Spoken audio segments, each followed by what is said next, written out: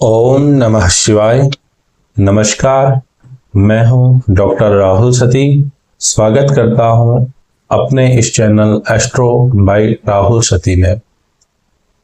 पिछले वीडियो में हमने जानने का प्रयास किया कि हॉरोस्कोप क्या है, कैसे इसका निर्धारण किया जाता है, मानव के जीवन में इस जन्म पत्रिका की क्या भूमिका है और क्या उपयोगिता है।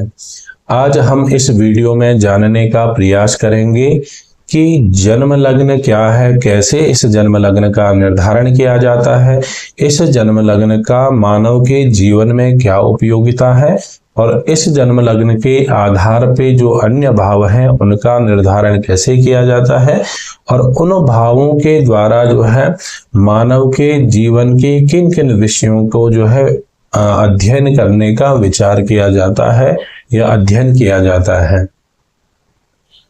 जब हम किसी भी स्थान से आकाश की ओर देखते हैं तो आकाश में हमें दिखाई देता है कि करोड़ों अरबों ग्रह नक्षत्र आदि जो है अपने अपने मार्ग में जो है भ्रमण कर रहे होते हैं। इसी सौर मंडल में हजारों लाखों सौर परिवार ऐसे हैं जो अपने अपने सौर परिवार के साथ में जो है अपने अपने मार्ग में जो है विचरण करते हुए दिखाई देते हैं। इसी प्रकार हमारी पृथ्वी का भी एक सौर परिवार है जिसका आधार बिंदु केंद्र बिंदु सूर्य है, जिस सूर्य को आधार मान करके बुध शुक्र आदि जो अन्य ग्रह हैं वह अपने उपग्रहों के साथ में जो है अपने अपने मार्ग से इस सूर्य का जो है परिक्रमण करते हैं और अपने ही स्थान पे जो है परिभ्रमण करते हैं।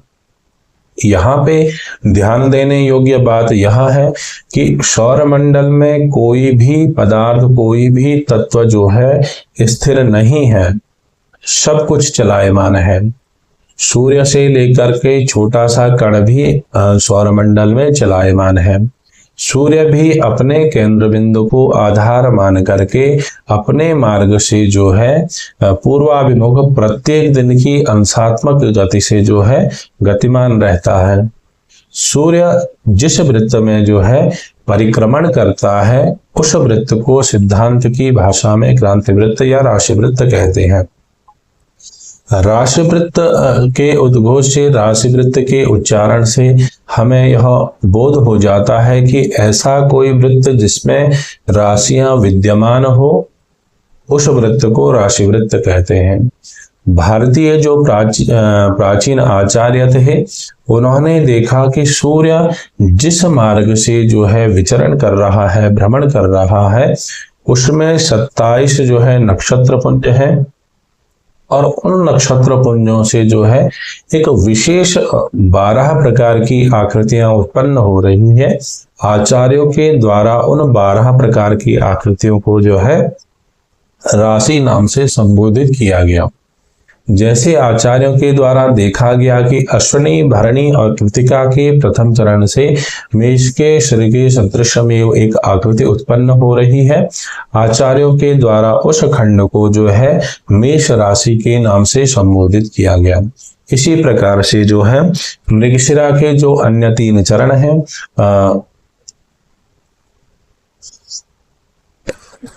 कृतिका के जो 3 चरण हैं, मृगशिरा नक्षत्र है और रोहिणी के जो प्रथम 2 चरण हैं, इन नक्षत्रों के खंड से जो है वृष के सदृश में एक आकृति उत्पन्न हो रही है।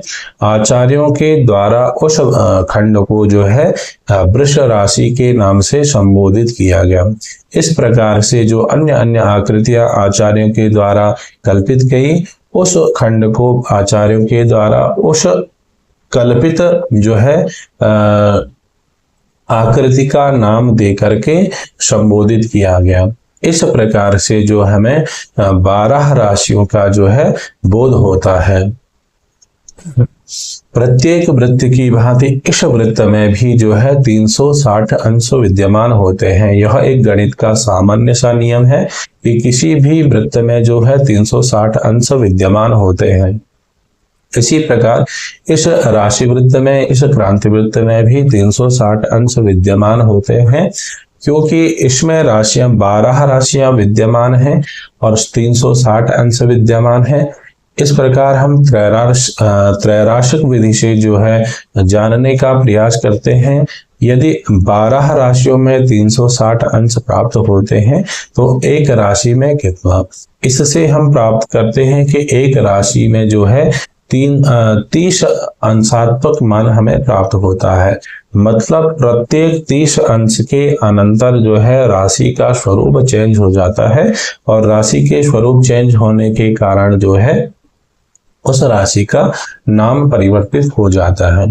इस प्रकार से हम देखते हैं कि सूर्य जिस मार्ग से जो है भ्रमण करता है उस मार्ग में 12 राशियां हैं, और उन 12 राशियों के अंतर्गत ही 27 नक्षत्र है। यही 12 राशियां जो है 12 भावों के नाम से जो है स्थापित की जाती है। यही 12 लग्न हैं, 12 भाव हैं, यही 12 राशियों को स्थापित किया जाता है।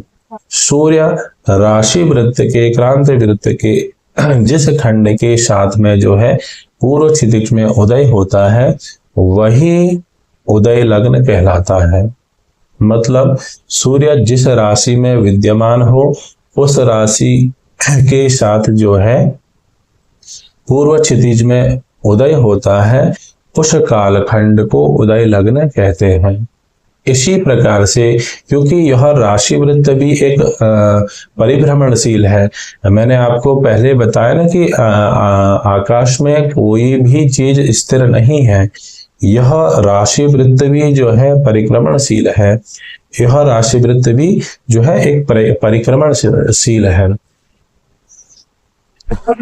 इसी प्रकार से जो है जन्म लग्न के समय जो है पूर्व क्षितिज में जो राशि उदित होती है या उदयमान होती है वही राशि खंड उस मानव का या उस जीव का जो है जन्म लग्न होता है। मतलब जन्म लग्न के समय पूर्व क्षितिज में जो है जो राशि खंड का या राशि वृत्त का जो भाग उदित होता हुआ दिखाई देता है वही भाग खंड उस जातक का उस जीव का जन्म लग्न होता है। यह एक सामान्य सा नियम है। अब सूर्योदय से कितने काल के पूर्व या अनंतर उस जीव का जन्म हुआ है या उस मानव का जन्म हुआ है यह हम गणितीय विधि से जानते हैं। साधारणतः सूर्योदय से जन्म काल के बीच के जो काल मानात्मक खंड है उसको इष्ट काल नाम से जानते हैं। इष्ट काल का जो है गणितीय विधि से आनयन किया जाता है, मतलब गणितीय विधियों से इसको प्राप्त किया जाता है, और फिर सूर्योदय से पूर्व या पश्चिम में जो भी अंतर होगा उसको जोड़ घटाना कर करके उस मान को प्राप्त किया जाता है। इस प्रकार से हम जो है जन्म लग्न को प्राप्त करते हैं। जन्म लग्न का निर्धारण होने के अनंतर मतलब जो राशि जन्म समय में उदय हो रही है, जन्म काल में जो राशि उदय हो रही है उसको प्रथम भाव में स्थापित करके उस राशि के अनंतर जो भाव उदित होगा उसको द्वितीय भाव में स्थापित करके उसके तृतीय में जो भाव होगा उसको तृतीय भाव में स्थापित करके इस प्रकार से जो है अग्रिम क्रम में हम जो है भावों की स्थापना को करते हैं। इस प्रकार से हम जो है जन्म लग्न का निर्धारण करते हैं, और जन्म लग्न के साथ ही जो अन्य 11 राशियां हैं उनका भी निर्धारण हम अपने जन्म पत्रिका में करते हैं। और उस काल में जो है जिस ग्रह की स्थिति जिस राशि में होगी, जिस भाव में होगी, उन भावों में उन राशियों में उन ग्रहों का जो है स्थापन किया जाता है। अब तक हमने जाना कि जन्म लग्न का निर्धारण कैसे किया जाता है, स्थापन कैसे किया जाता है, और द्वादश भावों का स्थापन कैसे किया जाता है। अब विचार होता है कि इस जन्म लग्न के बारे में इतनी महत्वपूर्णता से विचार क्यों किया जा रहा है। देखिए, जीव जब जन्म लेता है तो उसका जन्म ही उस जीव का इस संसार की प्रथम घटना होती है। उससे पूर्व उस जीव के जीवन में किसी भी प्रकार की घटना इस संसार में नहीं होती है, इसलिए उस चीज को महत्वपूर्ण समझा जाता है। आचार्यों के द्वारा माना जाता है कि जीव जब जन्म लेता है उस कालखंड में जो है ग्रहों की जो स्थिति होती है और ग्रह जो प्रभाव उस लग्न पे डाल रहे होते हैं उसी के अनुरूप ही उस जीव की जो है आकृति होती है, स्वरूप होता है और उस जीव में गुणधर्म विद्यमान होता है।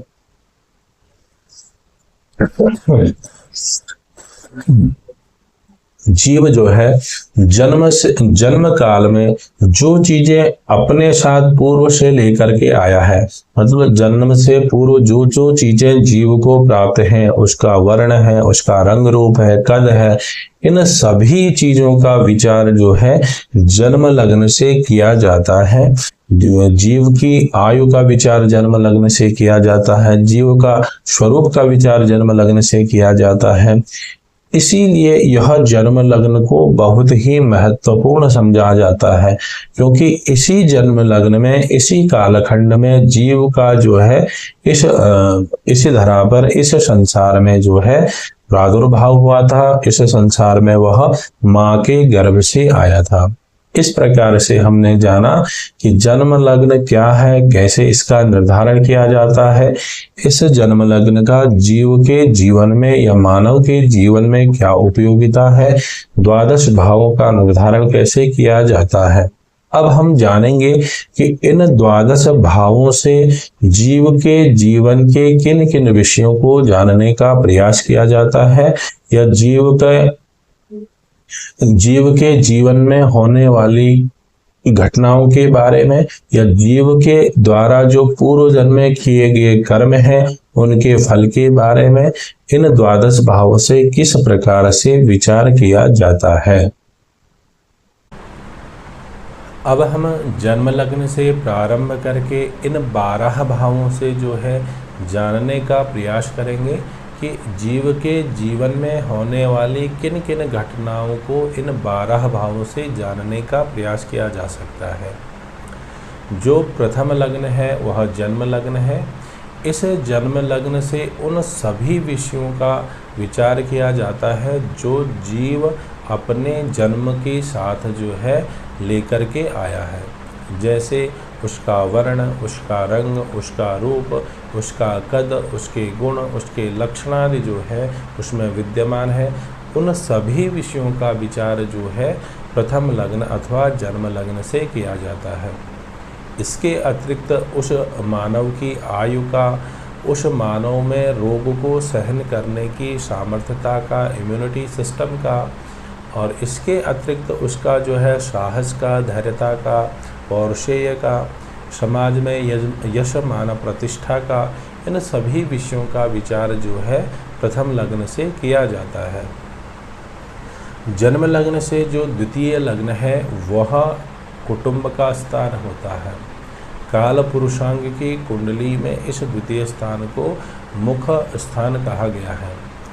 इस द्वितीय स्थान से मुख से संबंधित विषयों का यथा वाणी का विचार किया जाता है, कुटुंब का विचार किया जाता है, उस जातक के परिवार का विचार किया जाता है, उस जातक को परिवार के द्वारा मिलने वाले संस्कारों का विचार किया जाता है, बड़े भाई बहनों का विचार किया जाता है। वह जातक अपने जीवन काल में जितने कर्म करता है उन कर्मों का फल को कितना भोग पाता है, उसकी सामर्थ्यता का भी विचार जो है द्वितीय भाव से किया जाता है। इसके अतिरिक्त लग्न से जो तृतीय भाव है वह सहज भाव कहलाता है। इस तृतीय भाव से भाई का, छोटे भाई का विचार किया जाता है। काल पुरुषांग की कुंडली में इस तृतीय भाव को जो है वह बाहु रूप में जाना गया है, भुजा का स्वरूप कहा गया है। इस तृतीय भाव से जो है भुजा का विचार किया जाता है। इसके अतिरिक्त इस तृतीय भाव से जो है परिश्रम का, पराक्रम का, पौरुषेय का विचार किया जाता है। व्यक्ति के मित्रों का, पड़ोसियों का, रिश्तेदारों का विचार किया जाता है और बहुत सारे विषय हैं जिनका विचार जो है इस तृतीय भाव से किया जाता है। लग्न से जो चौथा स्थान है वह माँ का सुख का स्थान है।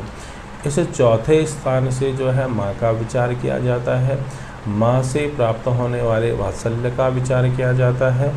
सुख का विचार किया जाता है कि आप अपने जीवन में जितने भी कर्म करते हैं उनका कितना उनके द्वारा जो फल की प्राप्ति होगी उन फल का कितना सुख आप भोग पाते हैं, इसका विचार भी जो है चतुर्थ भाव से किया जाता है।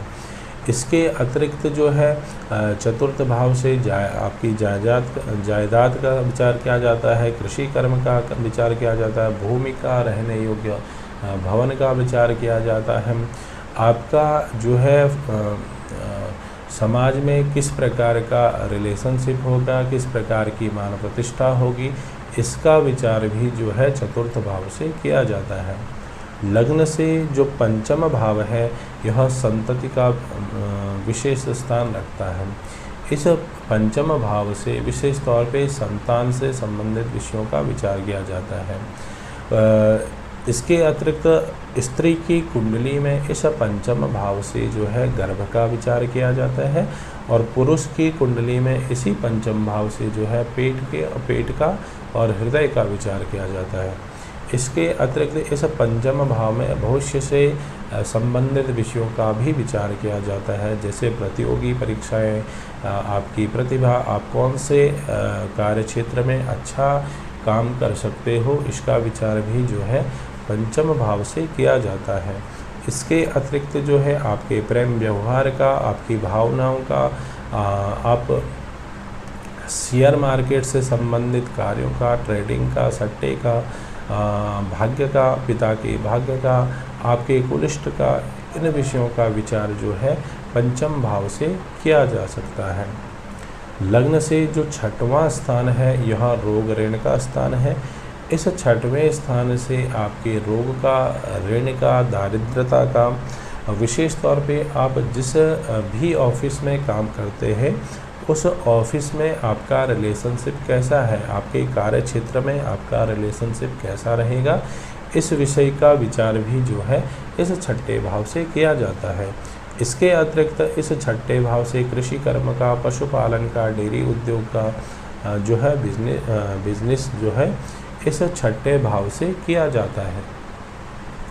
लग्न से जो सातवां भाव है वह स्पाउस का स्थान होता है, मतलब स्त्री की कुंडली में यह सातवां स्थान उसके जो है पति का कारक होता है और पुरुष की कुंडली में यही सातवां स्थान जो है उसकी पत्नी का स्थान होता है। मतलब यह सातवां स्थान जो है लाइफ पार्टनर को रिप्रेजेंट करता है। इसके अतिरिक्त जो है सातवें भाव से काम का, इच्छाओं का, गुप्त जो इंद्रियां हैं उनका विचार किया जाता है। आपकी शूरता का, आपके प्रयत्नों का विचार किया जाता है। आपके लिए कौन सा बिजनेस सूटेबल रहेगा, व्यापार का जो है विचार इसी सातवें भाव से किया जाता है। लग्न से जो आठवां भाव है यह मृत्यु का स्थान कहा जाता है। इस आठवें भाव से मृत्यु के कारण का विचार किया जाता है कि आपकी मृत्यु किन कारणों के द्वारा हो सकती है। मृत्यु के कारण निर्धारण का विचार किया जाता है कि कौन से काल में जो है मृत्यु जातक की संभव है। इसके अतिरिक्त जो है कारागार का, विदेश गमन का और विशेष तौर पे उन विषयों का विचार इस आठवें भाव से किया जाता है जिनके निष्कर्ष पे पहुंचने के लिए रिसर्च की आवश्यकता होती है। मतलब जैसे एस्ट्रोलॉजी हो गया, पुरातत्व से संबंधित कार्य हो गए, ऐसे कोई भी विषय जिनको हल करने के लिए आपको जो है गहन अध्ययन की ज़रूरत पड़ती है, गहराइयों में जाने की आवश्यकता पड़ती है, ऐसे विषयों का जो है विचार जो है आठवें भाव से किया जाता है। लग्न से जो नौवां स्थान है यह भाग्य का स्थान है, आपके धर्म क्षेत्र का स्थान है। इस 9वें स्थान से विशेष तौर पे भाग्य का, आपके भाग्य का, आपके धर्म क्षेत्र का, आपके योगासन का, आपके आध्यात्म का विचार किया जाता है, पिता का विचार किया जाता है। विशेष तौर पे आपके जीवन में होने वाले मांगलिक कार्यों का, शुभ अशुभ कर्मों का, आपकी हायर एजुकेशंस का विचार किया जाता है, आपके उच्च विचारों का जो है विचार किया जाता है, आपकी गंभीरता का विचार किया जाता है। ऐसे बहुत सारे विषय हैं जिनका विचार जो है 9वें भाव से किया जाता है। लग्न से जो 10वां स्थान है वह कर्म का स्थान है। इस 10वें भाव से जो है कर्मों का विचार किया जाता है। शुभ अशुभ कर्म कुछ भी हो सकता है, विचार 10वें भाव से किया जाता है। इसके अतिरिक्त इस 10वें भाव से आपके कार्य क्षेत्र का विचार किया जाता है, आपके जो है गवर्नमेंट जॉब का विचार किया जाता है, आपका समाज में यशमान प्रतिष्ठा का विचार किया जाता है, पिता का विचार किया जाता है, पिता की संपत्ति का विचार किया जाता है इस 10वें हाउस से। लग्न से जो 11वां भाव है यह लाभ का भाव है। आप जो भी काम करते हैं, जो भी कार्य करते हैं, उसका आपको किस तरीके का लाभ प्राप्त होगा यह आप 11वें भाव से जान सकते हैं। इसके अतिरिक्त इस 11वें भाव से आप बड़े भाई बहनों का टांग के निचले हिस्से का विचार किया जा सकता है, क्योंकि यह 11वां भाव जो है त्रिषडाय का स्थान है, इसलिए इस 11वें भाव से आप जो है रोग का, गंभीर रोग का, एक्सीडेंटल केस का विचार किया जा सकता है। आपकी जो है बुद्धि का भी विचार किया जा सकता है इस 11वें हाउस से। लग्न से जो 12वां भाव है वह 12वां भाव व्यय का स्थान है। आपने जो भी कर्म किया उसका जो भी लाभ आपको प्राप्त होगा उस लाभ का व्यय होगा अथवा अपव्यय, इसका विचार आप 12वें भाव से कर सकते हो। 12वें भाव से व्यय के अतिरिक्त जो है आप निद्रा का विचार कर सकते हैं, शय्या सुख का विचार कर सकते हैं, भोग का, मोक्ष का विचार कर सकते हैं, कारागार का विचार कर सकते हैं, विदेश गमन का विचार कर सकते हैं, आँख का विचार कर सकते हैं। ऐसे बहुत सारे विषय हैं जिनका विचार आप जो है 12वें भाव से किया जा सकता है। अब तक हमने जाना कि लग्न क्या है, लग्न का निर्धारण कैसे करते हैं, लग्न का मानव के जीवन में क्या प्राथमिकता है, क्या भूमिका है, 12 भावों का विचार कैसे करते हैं, 12 भावों से जो है उस जीव के जीवन में किन किन विषयों को जाना जा सकता है, इन सभी विषयों का विचार जो है हमने इस वीडियो के माध्यम से जानने का प्रयास किया। यदि आपको मेरी ये वीडियो अच्छी लगी हो, मेरा यह प्रयास अच्छा लगा हो, तो प्लीज़ मेरी इस वीडियो को मेरे इस चैनल को सब्सक्राइब कीजिए, इस वीडियो को लाइक कीजिए और कमेंट के माध्यम से जो है अपनी उपस्थिति दर्ज करवाइए। ओम नमः शिवाय।